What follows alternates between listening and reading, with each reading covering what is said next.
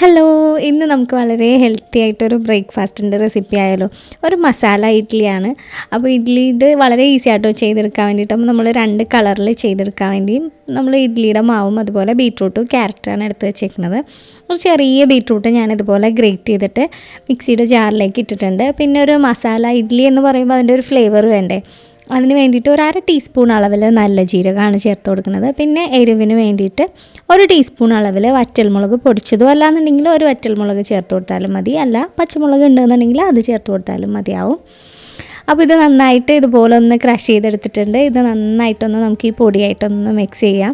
അപ്പോൾ ബീട്രൂട്ട് ആകുമ്പോൾ ഒരു ഇത്തിരി ഇട്ടാൽ തന്നെ നല്ല കളറായിരിക്കും. കുട്ടികൾക്കാണെന്നുണ്ടെങ്കിൽ ഈ കളർ കാണുമ്പോൾ അവർക്ക് കഴിക്കാനൊരു ഇഷ്ടം ഉണ്ടാവും. അതുകൊണ്ട് ഒരു പിങ്ക് കളറിൽ റെഡിയാക്കി വെച്ചിട്ടുണ്ട്. അതുപോലെ തന്നെ ഞാനൊരു മീഡിയം ക്യാരറ്റ് എടുത്തിട്ടുണ്ട്.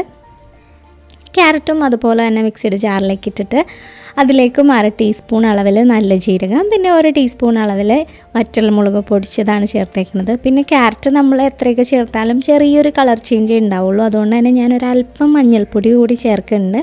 ഒരു 1/4 ടീസ്പൂൺ അളവിൽ ഒരു ചെറിയൊരു കളർ കൂടുതൽ കിട്ടാൻ വേണ്ടിയിട്ട് മാത്രമേ. അപ്പോൾ നിങ്ങൾ ചേർക്കുമ്പോൾ ചേർക്കണമെന്ന് ഒരു നിർബന്ധം ഇല്ല കേട്ടോ. അപ്പോൾ ക്യാമറയിൽ കുറച്ച് കളർ കൂടുതൽ കിട്ടിക്കോട്ടെ എന്ന് വിചാരിച്ചിട്ട് ചേർത്തതാണ്. എന്നിട്ടും ക്യാരറ്റ് മിക്സ് ചെയ്തപ്പോൾ ചെറിയൊരു ഓറഞ്ച് കളർ, അതിപ്പോൾ നിങ്ങൾക്ക് ഇതിൽ കാണുമ്പോൾ അത്ര കളർ ഫീൽ ചെയ്യില്ല, പക്ഷേ ശരിക്കും ഒരു ഓറഞ്ച് കളറിലാണ് നമുക്കിവിടെ കിട്ടിയേക്കുന്നത്. ഇനി വേറെ പണിയൊന്നുമില്ല, നമുക്ക് ഇഡ്ഡലി തട്ടിൽ ഒഴിച്ച് വേവിച്ചെടുക്കുക, അല്ലാന്നുണ്ടെങ്കിൽ ദോശ ചുട്ടുന്ന പോലെ ദോശ ചുട്ടെടുക്കുക ചെയ്താലും മതിയാവും. രണ്ടാണെങ്കിലും ഒരു കുഴപ്പമില്ല. അപ്പോൾ ഞാനിവിടെ 2 ഇഡ്ഡലി തട്ടിലായിട്ട് ഒഴിച്ച് വെച്ചിട്ടുണ്ട്. ഇനി നമുക്കിതൊന്ന് ഇഡ്ഡലി ചെമ്പിൽ വെച്ചിട്ട് നന്നായിട്ടൊന്ന് ആവി കയറ്റി വേവിച്ചെടുക്കാം. അപ്പോൾ ആവി കയറി വെന്ത് വരുമ്പോൾ ഇതിൻ്റെ കളർ ചെറുതായിട്ടൊന്ന് മാറിയിട്ടുണ്ടാവും. മറ്റേതിൽ നല്ലൊരു യെല്ലോ കളർ വന്നിട്ടുണ്ട്, ഇതിൽ നല്ലൊരു ഡാർക്ക് ഒരു റെഡ് പോലത്തെ ഒരു കളറിലാണ് കിട്ടിയേക്കുന്നത്. അപ്പോൾ കാണാനും ഒരു ഭംഗിയായിരിക്കും, കുട്ടികളൊക്കെ ആണെന്നുണ്ടെങ്കിലും കഴിക്കാനും അവർക്കൊരു ഇൻട്രസ്റ്റ് ആയിരിക്കും. ഇതിൻ്റെ കൂടെ നമുക്ക് വളരെ എളുപ്പത്തിൽ ചെയ്തെടുക്കാൻ പറ്റുന്ന ഒരു ചട്നി കൂടി ചെയ്യുന്നുണ്ട്. അതിന് ഞാനൊരു മീഡിയം സവാളയാട്ടോ എടുത്തേക്കുന്നത്, ഒരുപാട് ചെറുതാക്കിയിട്ടൊന്നുമില്ല. അതിൻ്റെ കൂടെ 2 ചെറിയ തക്കാളി ചേർത്തിട്ടുണ്ട്. പിന്നെ നമുക്കിതിലേക്ക് ഒരു 4 അല്ലി വെളുത്തുള്ളി കൂടെ ചേർത്ത് കൊടുക്കാം.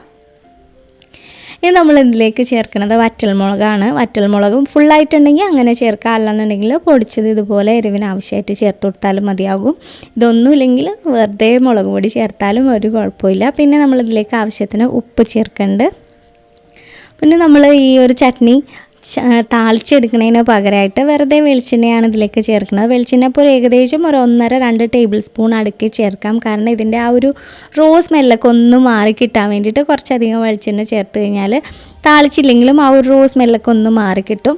അപ്പോൾ ഇതുപോലെ നല്ല ഫൈൻ പേസ്റ്റായിട്ട് ഞാനിവിടെ അരച്ച് വെച്ചിട്ടുണ്ട്. അപ്പോൾ ഈ ഇഡ്ഡലിക്ക് മാത്രമല്ല കേട്ടോ, നമ്മൾ സാധാരണ ചെയ്യണ ഇഡ്ഡലിക്കാണെന്നുണ്ടെങ്കിലും ദോശയുടെ കൂടെയാണെന്നുണ്ടെങ്കിലും വളരെ പെട്ടെന്നുള്ള ഒരു കറി എന്നുള്ള രീതിയിൽ ചെയ്തെടുക്കാൻ പറ്റുന്ന ഒരു ചട്നിയാണ്. അപ്പോൾ തീർച്ചയായിട്ടും ഈ കംപ്ലീറ്റ് റെസിപ്പി ഒന്ന് ട്രൈ ചെയ്ത് നോക്കുക. ട്രൈ ചെയ്ത് നോക്കിയിട്ട് ഫീഡ്ബാക്ക് അറിയിക്കുക. അതുപോലെ തന്നെ ആദ്യമായിട്ട് കാണുന്നവരാണെന്നുണ്ടെങ്കിൽ നമ്മളുടെ ഈ പേജ് കണ്ടിട്ട് ഒന്ന് ഫോളോ ചെയ്തിട്ട് ലൈക്ക് ചെയ്തേക്കുക. പിന്നെ ഈ റെസിപ്പി ഇഷ്ടമായിട്ടുണ്ടെങ്കിൽ നിങ്ങളുടെ ഫ്രണ്ട്സിനും ഫാമിലി മെമ്പേഴ്സിനും ഒക്കെ ഒന്ന് ഷെയർ ചെയ്ത് കൊടുക്കുക.